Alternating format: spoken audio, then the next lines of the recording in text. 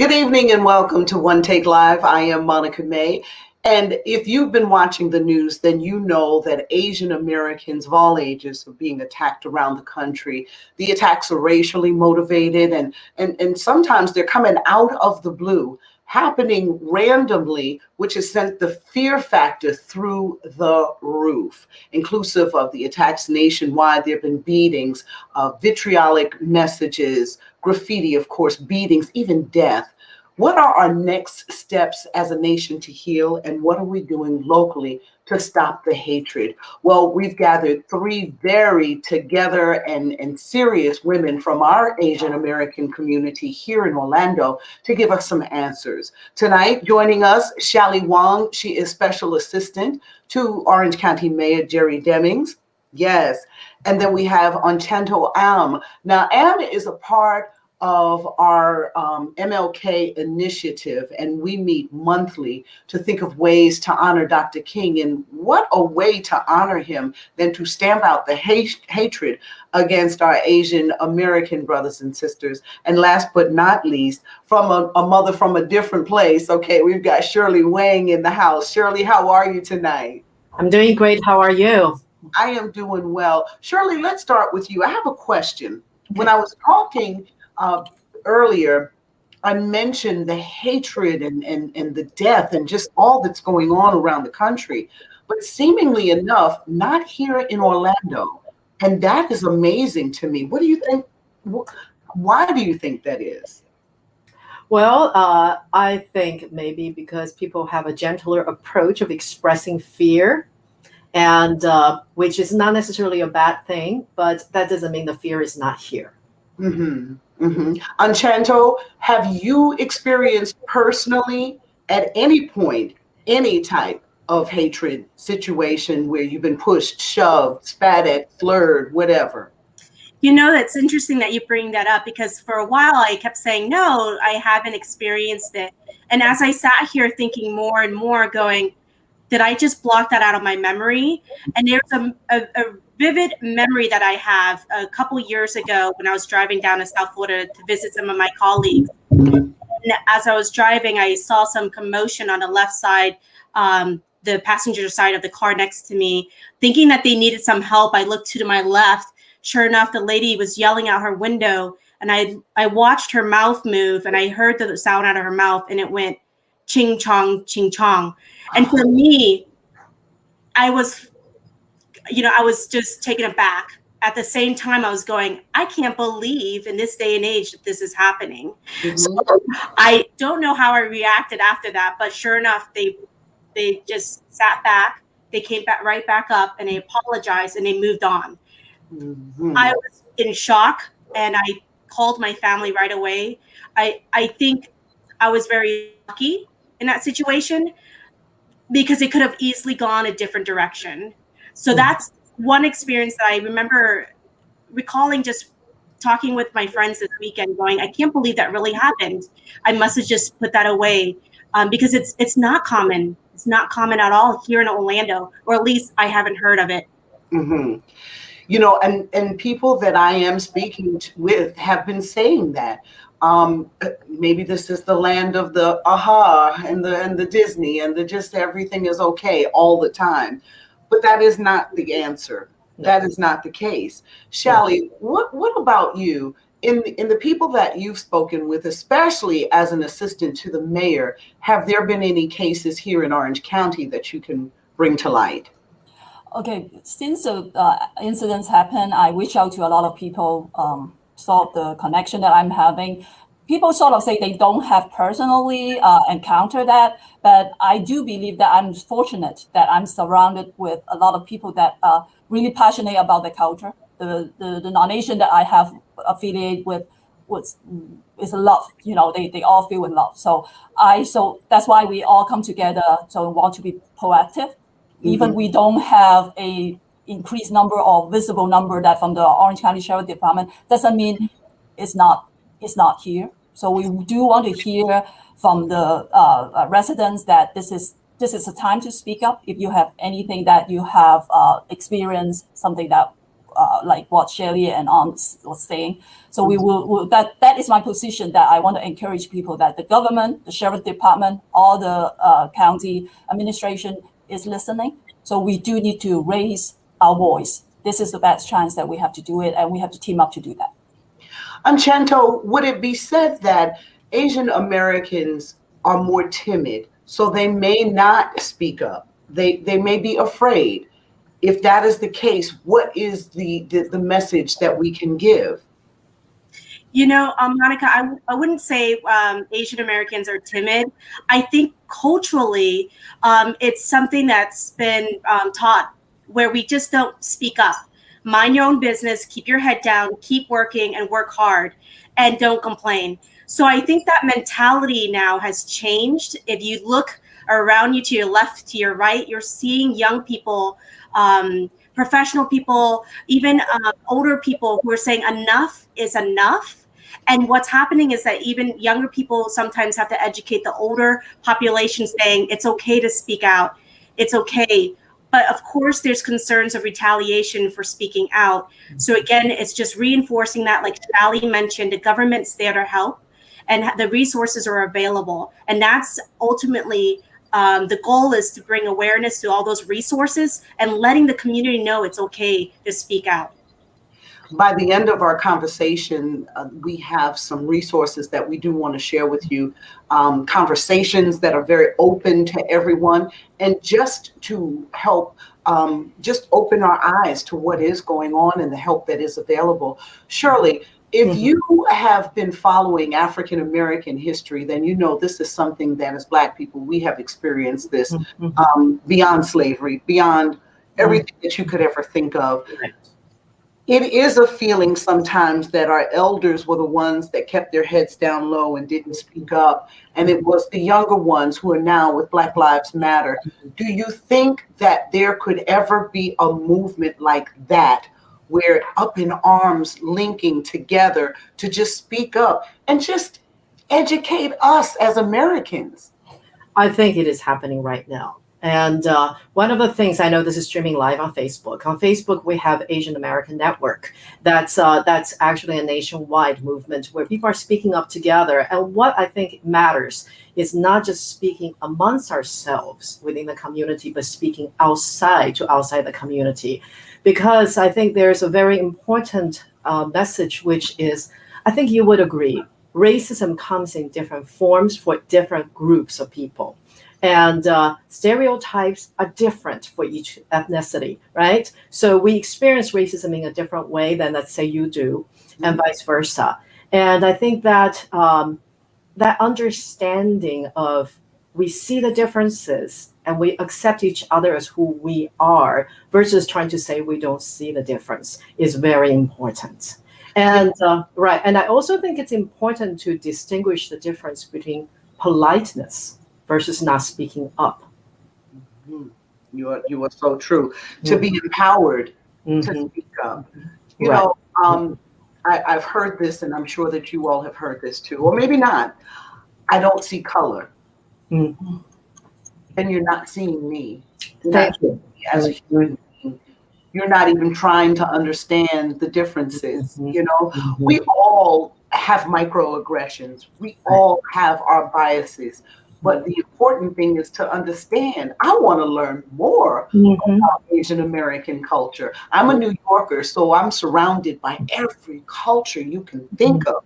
So there is a different type of an acceptance. Right. So when Enchanto was driving and that was being yelled out at her, those were just some backwards people that weren't exposed.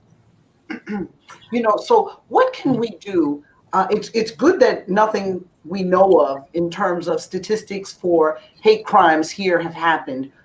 But what do you think we can tell the nation as a whole from our county of not having any crimes? What can we tell them to do? What do you think would be wise to share as a message? Shally. I can definitely talk about that. I have been, if the people know me well, I have been an advocate for promoting Asian American culture and representation for the last 15 years on my own. And the reason why I'm doing it, and I think that more understand, if we can the only thing I believe that if we can know each other better, understand each other better, we can break the stereotype, bigotry, and bias. So I'm really heartbroken to see this incident happen. We don't need that happen to change. So we love to advocate people that to listen, to understand. More you understand each other, you will think we are the same. We should be able to live in harmony and unity. So I have been doing a lot of festival in the past. What I'm trying to do is welcoming others to understand what we are, who we are. And once you know, we can live in harmony. That is what we believe. And then again, this is not an Asian American issue. This is for all, everybody. So I'm lucky to work at Orange County Mayor's office with the leadership of Mayor Jerry Demings. Inclusion and collaboration is the key of his idea. So that is what we are following, and we're going to give the message to the community. That is what we are going to do. We're not going to stop. We're continuously doing that. Shirley, what are some other things that we can say and do? We're talking about inclusion and learning how to identify our own biases and come to terms with them. What are some other ways that we can do that? I think a lot of times it's really the willingness to communicate. And so, for instance, I have quite a few experiences in Florida, which are racially based on some different types of aggressive attitudes towards me. And I lived in California for a long time where there are so many Asians. So when I first moved here, I was actually in shock. And I think there's an issue sometimes is this misunderstanding of when somebody is polite, it doesn't mean people are giving you permission to act out certain attitudes. And I think that is something where a lot of times what we need to do is to have more exposure, more communication, and more understanding of, I think people have different expressions in how they express themselves, and we need to understand what those means. And so a lot of education. And I also want to point out in every single experience I've had where I felt exposed to uncomfortable situations, no one has ever stepped in and wanted to be helpful. Did you see that situation where the person was beaten up and people just watched and stood there and didn't even go across their come out of the building? And probably never even called 911. Right. What is going on in America? Where is this coming from? That's what I would like to know. And I'd like to see what we can do about that, because it's more common than you know. Absolutely. Enchanto, I'm going to ask a loaded question. You can just nod, wink, raise a pinky, whatever. We had someone in office for 4 years who was the most hate-filled person ever to sit in the White House. And it was because of his claim of China virus and all of those things that we are in the situation we are in now. Do you think that that could be the case, where this is coming from? Well, what's unfortunate about that situation is when you're in a position of authority, you're in a position of power, people listen to you, people follow you. For good or for bad, they will follow you. Some people might not agree and won't follow you, but there will be that portion of that population that will follow you. So the words that come out of your mouth, you have to be very conscious of that. So for that reason, identifying that the virus maybe came from a certain area, now you've put a face to the virus, and unfortunately have now made it publicized in that way. So that is very unfortunate, being put in a situation like that, and very unfortunate to see our brothers and sisters experiencing hate, if that is fueled by that. I don't have the answers, and I don't want to surmise if that's why, but I will say that the numbers show, and the numbers from Stop AAPI Hate have reflected that it's grown. Within the last 365 days. I knew that tonight we would probably go over just a little bit. We typically have 15-minute discussions because for the most part, people's attention span isn't going to run much longer than that. But I wanted to make sure that we could get in some of the events that are coming up. So Shally, if you want to start, because I know that each of you ladies has something that you're connected to. Yes, Shally, you start. definitely. That's all the collaborative efforts that we have put together. The first one we're going to have is actually April 22nd, Thursday at 7 p.m. We have actually 7 local organizations put together the effort and going to work with the Orange County Sheriff Department to put a sort of like a witness bystanding training for the against harassment and hate crime. And we're going to tell you what kind of experience you can report and where to report. And also we'll help you how to be a good witness, how to prevent things happening. So this is a very good seminar that we will try to put together. And you can follow us, Orange County Asian Committee, which is the Facebook OCACFL. We were going to give you the live stream there that you can watch live at that time. Okay, so that's going to be a Zoom, a virtual. That's going to be okay. Great. Yeah. Okay, Shirley, what do you have coming up? Well, for the month of May, which is Asian Heritage Month, and I have a little conversation series. It's going to highlight talented people who are Asians from around the world. And we're going to have a best-selling author who is also a Chinese specialist for a Chinese traditional instrument. We're going to have other musicians and the different types of people. And I just like for people to get to know us as real people. Yes, as real people. Yes. You know, I didn't want to wait until May because I felt that this was enough. No, I could not wait. Enchanto, you have some interesting conversations coming up. Yes, Monica. So on April 28th, we have a virtual panel discussion titled Combating Hate, Racism, and Xenophobia Against Asian American Pacific Islanders. It's from 6 to 7. It's free and open to everyone. We have over 50 community supporters nationwide and statewide. And it has a really stellar panelists, including Karen King, who's the co-executive director of the Rising Tide of Hate article. We also have the co-founder of Stop AAPI Hate. We also have an FBI agent from Tampa and also assistant U.S. attorneys to speak to us from Jacksonville. So we have 2 statewide representatives and 2 local representatives to kind of give us a feel of what's happening, what you see now here statewide and what you see now nationwide. Then we also have another event for NAP, which is a National Association of Asian American Professionals. That one is slated in May, and that one's virtual as well. And it's a bystander training that's held on and trained by Hollaback, which is a really well-known nonprofit that's teaching about bystander and how to de-escalate a matter.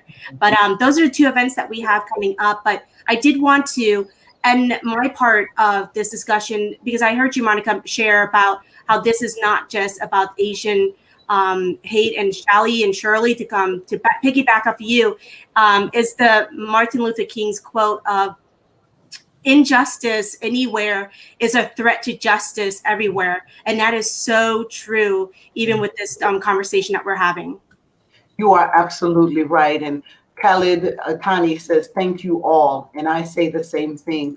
Ladies, it's never easy to talk about bad things, but I think it's necessary for good to come out of it. And that's why you just want to take on the hatred or whatever it is that could be negative at that moment and just take it by the horns, shake it, and realize that we can get through this. And that's the thing.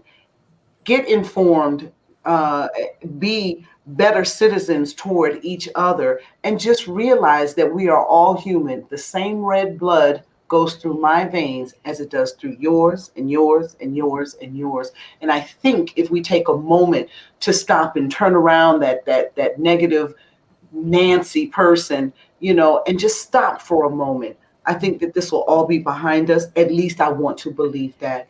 Shirley, Shally, Enchanto, thank you so much for taking just a small moment out of your day to be with us on One Take Live. Thank you so much, ladies. Thank you so much, Monica. Yes, thank you for watching another edition of One Take Live. I'm Monica May. Have a wonderful evening.